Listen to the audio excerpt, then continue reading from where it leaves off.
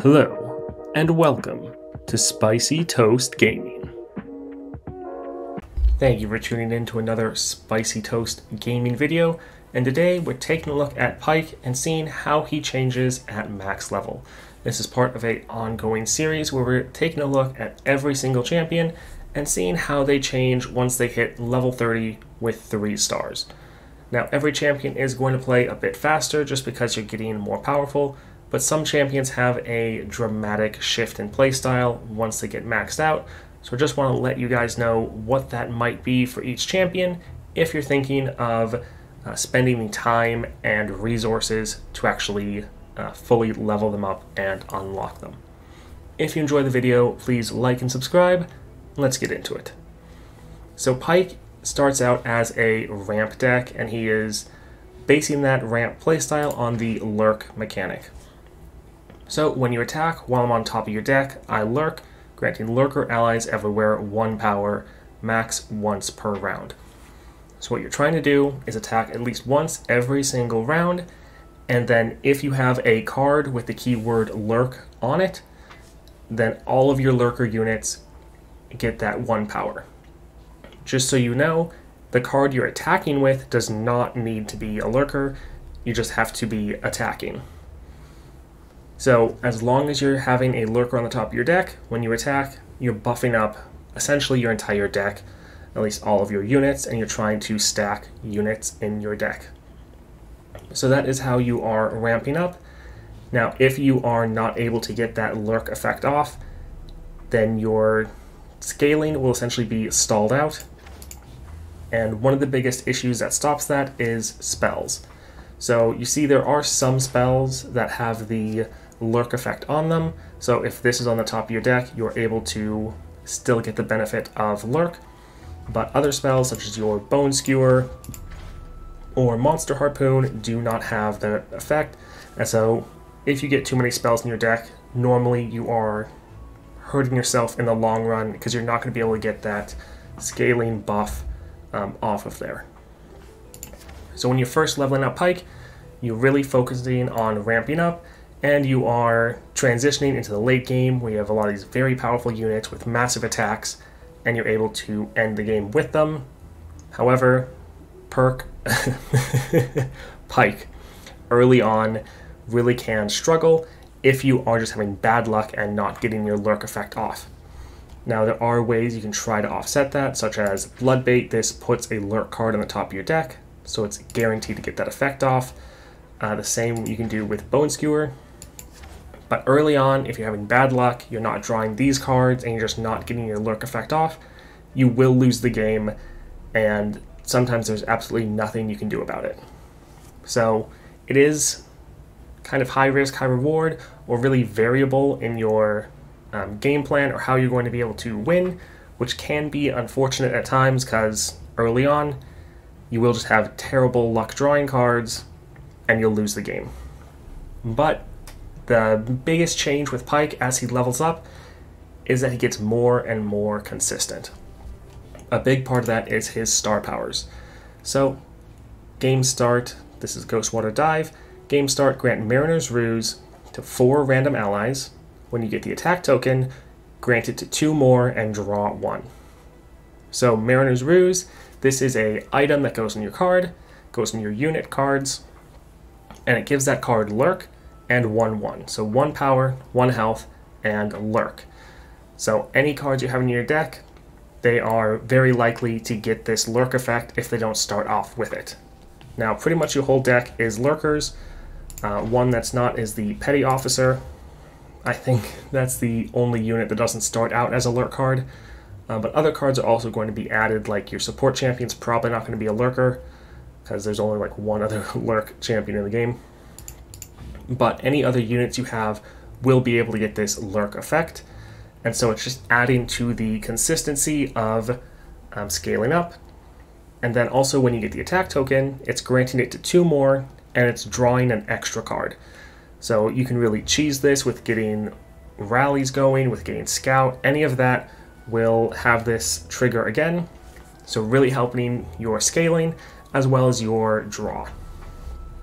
Now, Gift of the Drowned Ones When an ally dies, create a random lurker that costs 1 more in your deck and grant it 1/1.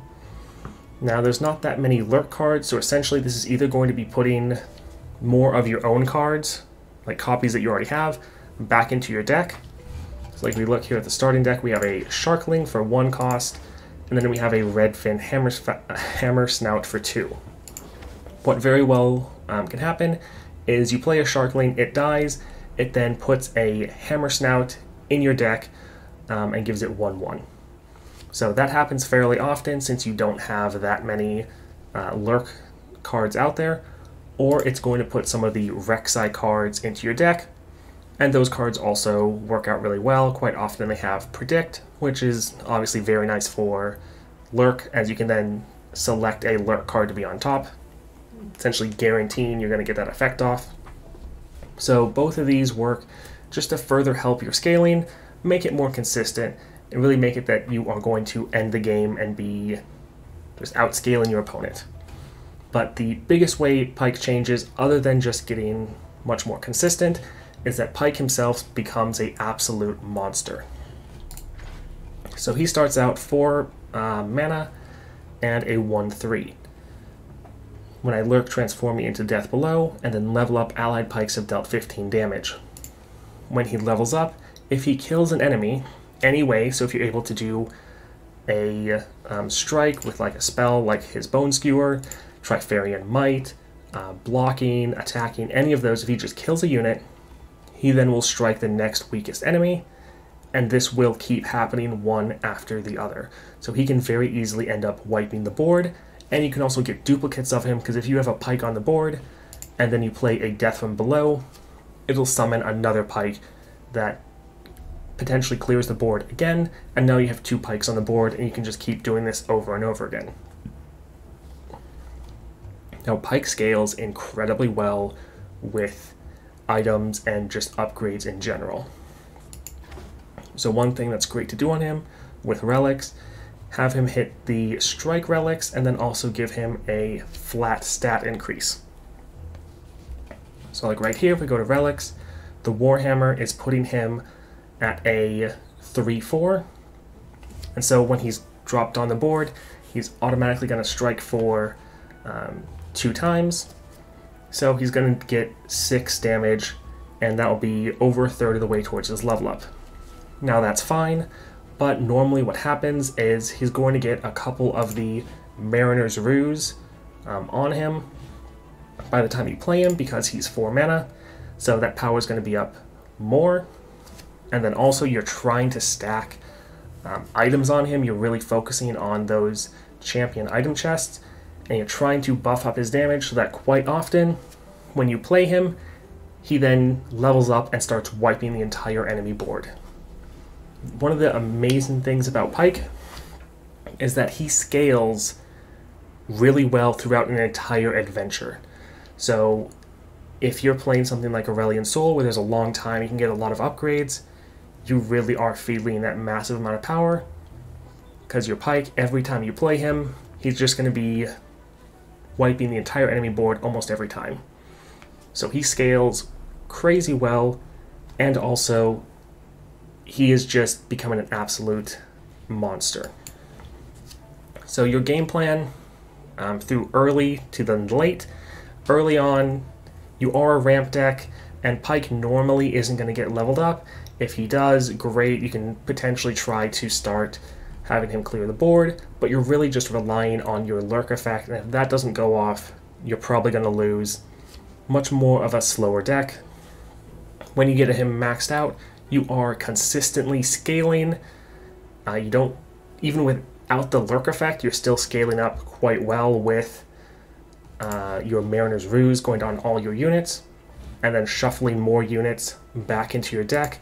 So you're essentially never running out of cards. You're never going to lose because you don't have enough cards in your deck. And then Pyke is just completely wiping the board just about every time you play him. It is incredibly fun. I think if you have every Bilgewater champion maxed out, Pyke is by far the strongest out of all of them. I think he has a great playstyle and really worth maxing out if you're considering it. Alright, I hope you guys enjoyed the video. If you did, like and subscribe. Really helps us out. I hope you have a great day. Thank you for watching that video all the way to the end. I just want to take a moment to say a special thank you to our first channel member, Dan. He joined the very first day that we actually unlocked membership. So thank you so much for your support. If you also want to become a channel member, you can just hit that join button down below and you'll get access to exclusive rewards such as our weekly channel update videos that we post every Friday. Thank you and have a great day.